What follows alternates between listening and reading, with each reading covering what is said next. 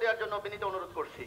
শিক্ষকদের ন্যায্য দাবির পক্ষে আমরা বিএনপি যারা মানুষ আছি, আমাদের নেতা তারেক রহমান সহ আমরা এই আন্দোলনের সাথে সংহতি প্রকাশ এবং ভবিষ্যতে বিএনপি যদি ক্ষমতা আসে এই ন্যায্য দাবি পূরণ করা হবে।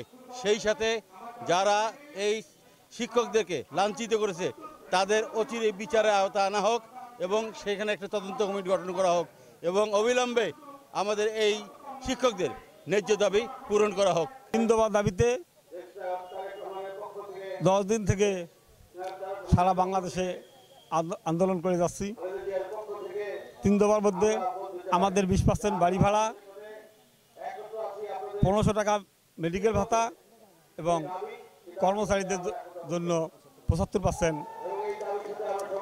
কিন্তু দুঃখের বিষয় বলতে হয়, দীর্ঘদিন থেকে আমাদের আন্দোলনকে বিভিন্নভাবে নস্যাৎ করার জন্য টালবানা করতেছে এবং একটি পক্ষ বিভিন্নভাবে নস্যাৎ করার জন্য ষড়যন্ত্র করছে।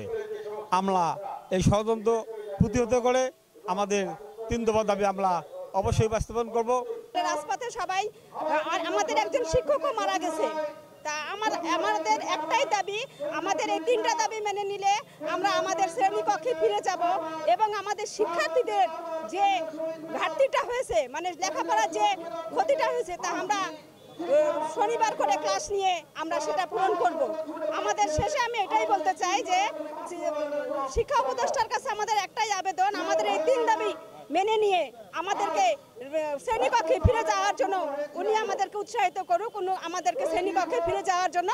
এই বেসরকারি শিক্ষক, হাইস্কুল, মাদ্রাসা, কলেজ থেকে শুরু করে আমাদের ন্যায্য দাবি যে 3টি দাবি আমরা উত্থাপন করেছি, অবিলম্বে শিক্ষকদেরকে এই 3টি দাবি পূরণ করা হোক। তার সঙ্গে শিক্ষক হলো মানুষ গড়ার কারিগর। এই শিক্ষককে সামনের দিকে আরও সুস্থ করতে গেলে, দেশকে উন্নয়নের ধারাবাহিকতা বজায় রাখতে গেলে আমাদের শিক্ষার বিকল্প নেই। আজকে শিক্ষক যদি সুস্থ থাকে, শিক্ষক যদি আন্দোলন থেকে সরে যায়, যারা এই দেশের ভবিষ্যৎ, যারা আজকে এই দেশের ভবিষ্যৎ ছাত্রছাত্রী, তারা তার ক্লাসে আমরা শিক্ষক। এই আন্দোলনের দাবিতে আমাদের দাবি যদি পূরণ করা হয়, আমরা ক্লাসে ফিরে যেতে চাই এবং আমরা এই ভবিষ্যৎ জেনারেশনকে কোনো কষ্ট দিতে চাই না। সরকারি প্রতিষ্ঠানগুলো থেকে শিক্ষার্থীরা এদেশে ডাক্তার, ইঞ্জিনিয়ার, প্রফেসর হচ্ছে। বেসরকারি শিক্ষা প্রতিষ্ঠান থেকে শিক্ষার্থীরা কি ডাক্তার, ইঞ্জিনিয়ার, প্রফেসর হচ্ছে না? ইনশাল্লাহ অবশ্যই হচ্ছে। তাহলে আমরা যদি উভয় পক্ষ এদেশের জন্য অবদান রেখে থাকি, তাহলে আমাদের বেতন বৈষম্য এত কেন? একটি সরকারি শিক্ষা প্রতিষ্ঠানের শিক্ষক যদি 80,000 টাকা বেতন পায়, তাহলে বেসরকারি শিক্ষা প্রতিষ্ঠানের এমপিওভুক্ত একজন শিক্ষক যদি সেখানে 30 থেকে 40,000 পায়, এত বড় বৈষম্য কেন? আপনারা বিসিএস দিয়ে আসছেন, ক্যাডার হয়েছেন, ভালো কথা। আপনারা যদি 80,000 পান, আমরা হয়তো বা 60,000 পাবো, কিন্তু কোথায় 80,000 আর কোথায় 12,000, 14,000, 20,000? এটা হতে পারে না, এটা মানা যায় না। আমরা ক্লাসরুমে থাকার কথা, কিন্তু আমরা কেন আজকে রাজপথে? আমাদের দাবি এটা ন্যূনতম দাবি, এটা মেনে নিলেই আমরা আমাদের পাঠশালায় ফিরে যেতে চাই। আমরা চাই না যে আমরা রাস্তায় থাকি। আমরা শিক্ষক, আমরা ছাত্রদেরকে নৈতিক শিক্ষা দেই, কিন্তু আমরা এখন বিপদগ্রস্ত। তাহলে কিভাবে আমরা পাঠদান করব?